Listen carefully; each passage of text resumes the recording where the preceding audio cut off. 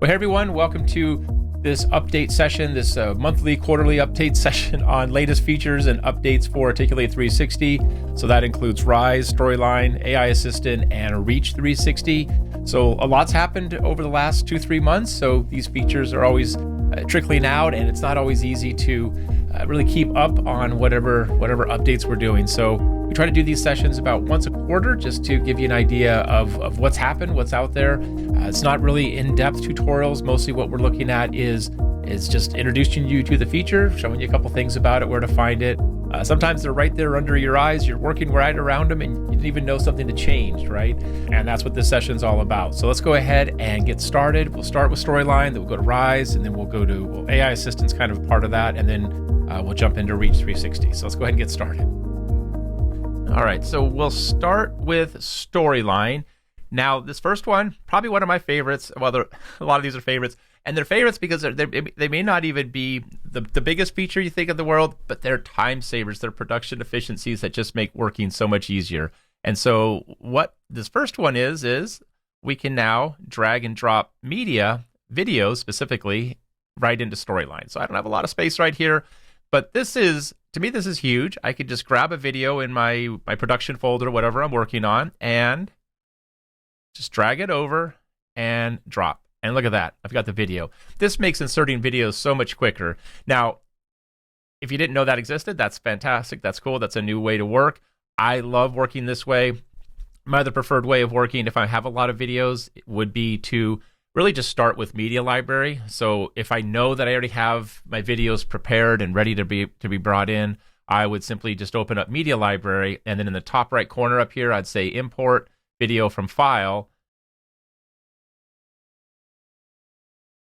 and then go find that specific video. So that's also a way you could select, 100 videos, bring them in, and then you have them available for your project. That obviously works, but just being able to drag and drop that media right into your slide is a huge production time saver. Real quick, since it might be a little shorter session today, I'm curious, how many of you have known that this feature was released?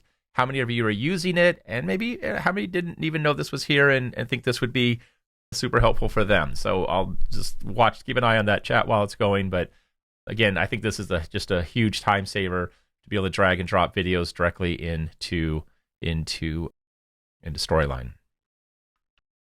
Oh, and I need to remind, I just saw the note. Yes, we can actually, it works the same for audio files. I don't have any audio files here to drag and drop in, but if you had audio files, you could select them all and then bring them all right in together at that level too. Because I know a lot of folks will work in folder settings where they have chapter 1, chapter 2, and so on, and there's all the audio files that were pre-recorded, maybe externally in a different application. So audio files as well, video and audio, that can now be dropped right into Storyline.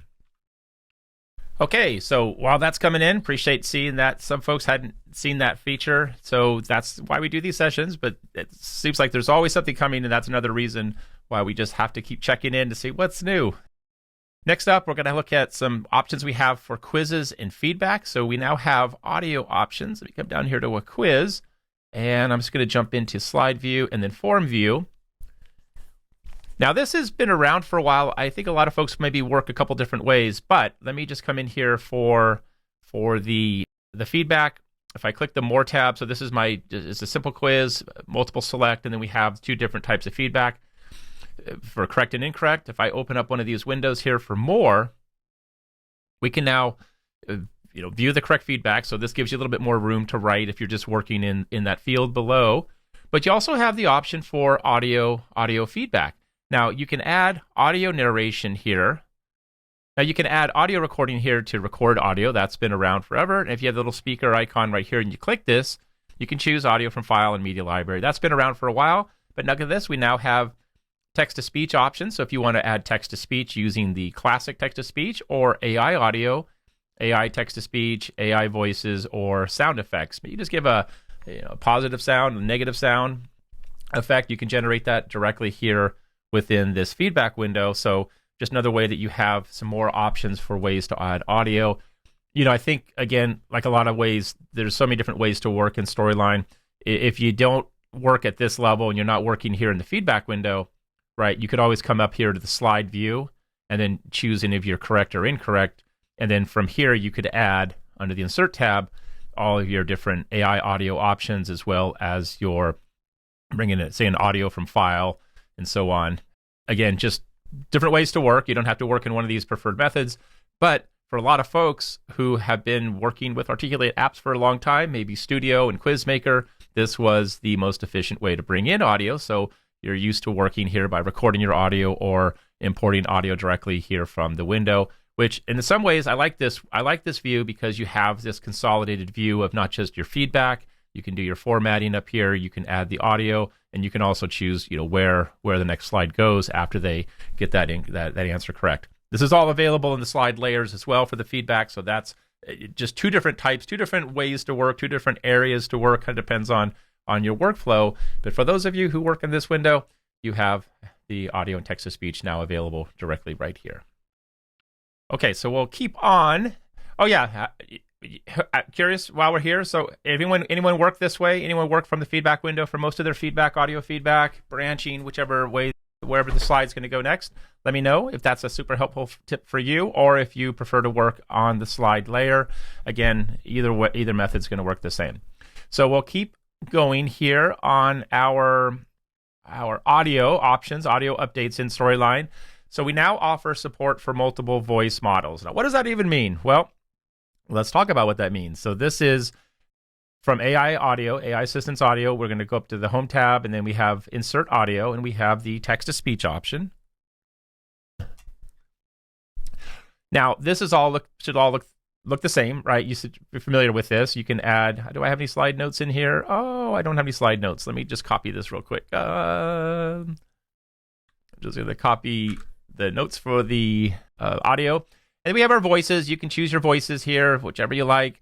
And once you've selected the voice, or if you need to go back over to the My Voices option, you can preview everything in here and choose a voice that you want.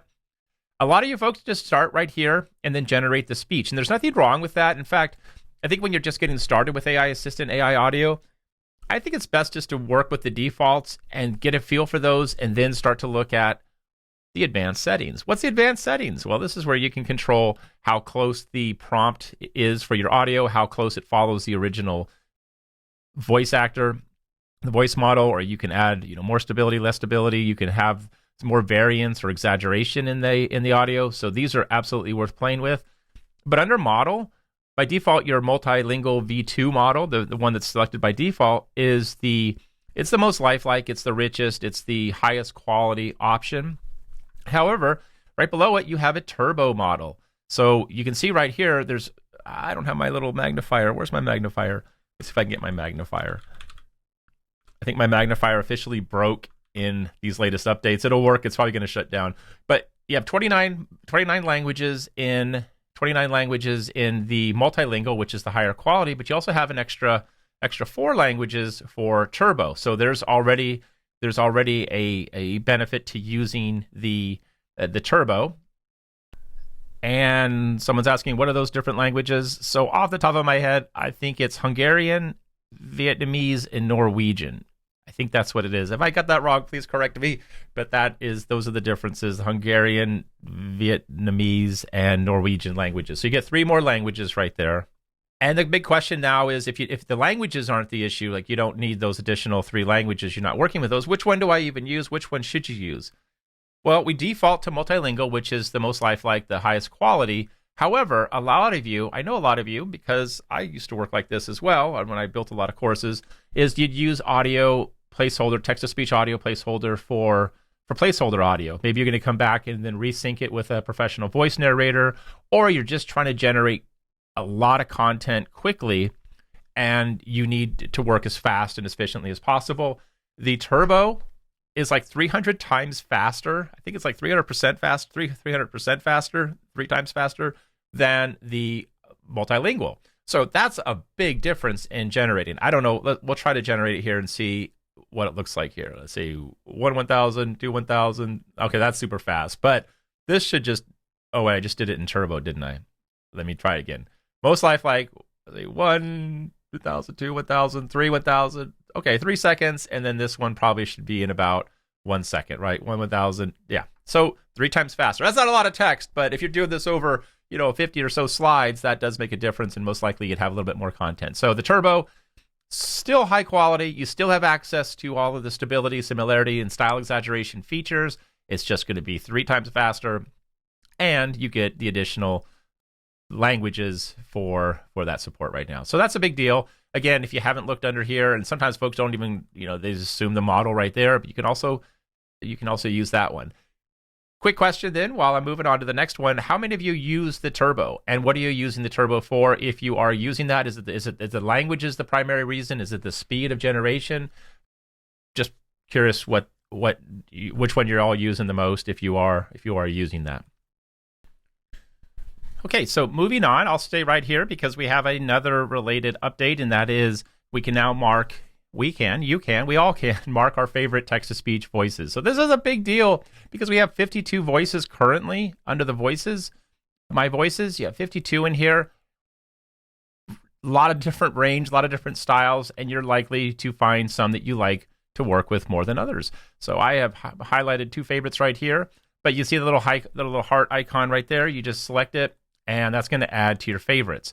Now, here's what's really cool about this. So you can add those to your favorites, and once you're in the text-to-speech, and you're looking for the voice, so I'll just keep the same text right here, and you want to add the voice, and let's say it's a brand new project. I mean, I'm obviously in a project right here. Notice that we have the favorites listed up here at the top. So this is going to be, every time you open a new project, it's saving it to your machine. It's not going to save it across your entire subscription, so your favorites aren't the same as your teammates' favorites. It is specific to your particular machine. But once you make these as favorites, you could go ahead and open up a brand new project, start from scratch, add your text-to-speech audio, and guess what? It's all right there for you. So you'll have those favorites every time you begin a new project. If you unfavorite them, then again, that's going to carry across other projects. So that's a really big deal because like anything, right? Stock photos, characters in the character library, there's a lot in here, and you're going to find the ones that you most likely use, especially if you have some for the high-level narrator, you have some maybe for the characters, maybe you have some for quiz feedback, or however you're working with the audio. Having that option to quickly favorite those is going to make a big difference. Now, you probably also saw the other option, the other big feature in here that is part of this, and that is the recently used project voices. So whether or not you're using favorites, you might likely have inserted a couple audio files or throughout the project. Those are always going to be here at the top. I love this. Most likely the favorites would be the ones you're using in the project, but maybe not. But once you insert an audio, right? So let's just insert let's insert a different voice here that's not in there. We'll say Arnold. Say generate the speech, and see, if I'd done Turbo, I would have saved you all 2 seconds right there. So we'll insert that. So that's Arnold. And if I head back up to my insert audio text-to-speech, Arnold is now in my project right here. So here's an idea, just a little off script, I guess. If you're trying to set up templates for your other teammates, maybe you're trying to standardize the voices across your projects.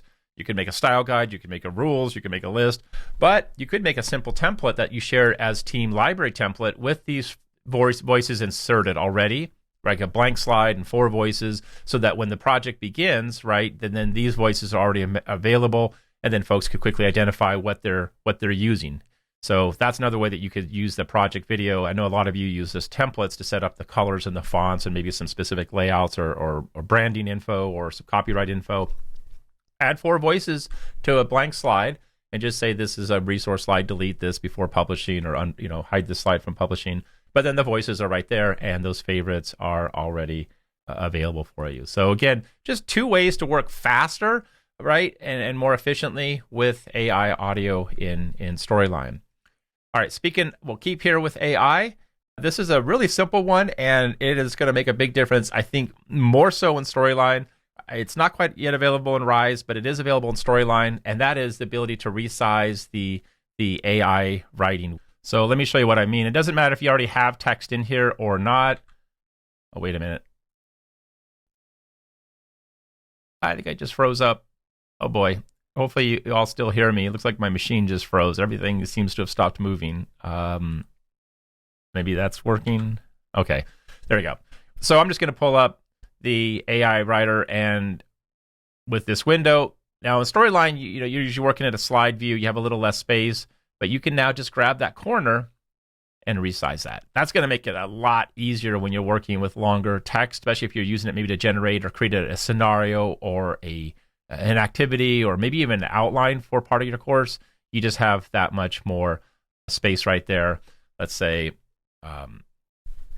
make 5 paragraphs, 6 paragraphs, because I can't hit the 5 keys, but I can only hit the 6 paragraphs from this content, right? Something like that. So takes a second here, and then we get several paragraphs. And again, just makes it a little bit easier to, I didn't add the extra line break, that's fine, right? Just makes it a little bit easier to see than having it up there, and you can kind of focus on it and with all your text. So that's a big deal, just to be able to get in there to resize and update those. All right, close out of that. Now, this is just a removal of an option here. If I select all this content, and this next one here is just a slight change to what you're seeing in the UI. Let's say I just improved writing right here. So sometimes there was an issue with the try again that would reset kind of replace the same results each time. And so the try again is no longer in here, but you can use the prompt field to refine, right? Use a more conversational tone, right? So rather than just randomizing it, give it some feedback, give it some more direction, tell why that result wasn't what you were looking for, rather than just hitting try again and kind of just endlessly going through those variations. So that's just an option there. You'll notice the try again used to be somewhere around here toward the bottom, I think above cancel or something. So that has been updated and removed. But again, that's kind of that philosophy we have with working with AI Assistant, is that you really are more in control, and you're just asking AI and you're giving it directions and helping it achieve the results or the content results that you're looking for. Okay, so one last one here. This one is for, again, audio, AI audio, or even regular audio. We're working with markers. I'm going to drop a marker here on the slide. There's a good marker. This is an older one, but I need to make sure you know this. We now have this option here too. I lost my zoomer. Zoom it. To resize our markers. So this has been out for a little while, but again, if you didn't know that, you can make your markers a lot larger, a lot easier to identify and just, especially if you're designing for mobile. But we can now add audio in here into our markers. So with the marker selected, you're up here on the Format tab. Head on over here to audio, and then you have the text-to-speech audio as well, the classic text-to-speech audio, as well as the AI audio. So you can now add audio directly to the markers without having to record it, export it, and then import audio file, from up here in the top.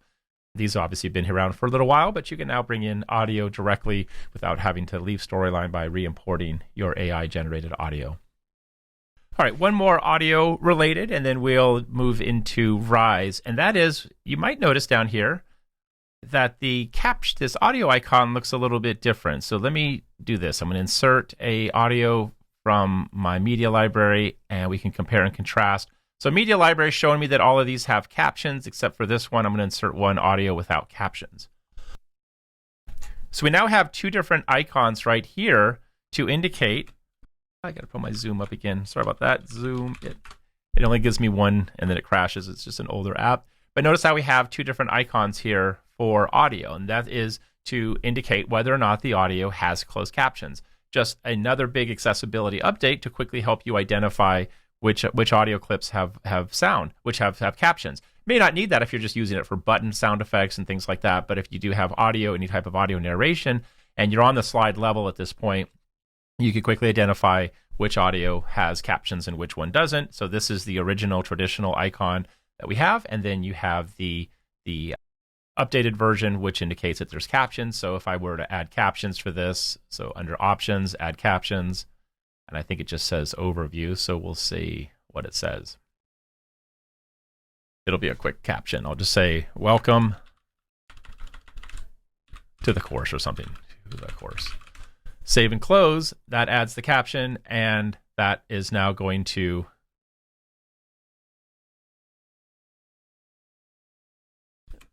zoom. There we go. And now it has that updated icon right there, and you can see that. So this is the AI audio. This is what this is telling me is AI audio, and this is regular audio.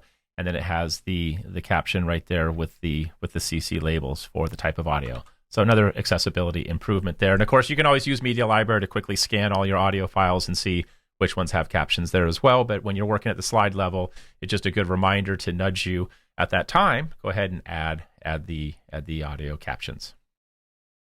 Okay, so I think that's it that is it. I know that's it for Storyline. Let's jump into Rise and take a look at those. Appreciate the feedback on these tips for those of you that these resonate with. Again, a lot of these are just productivity improvements. It's just going to make it that much easier to work. But let me do this. Let me just get into my Rise demo here real quick.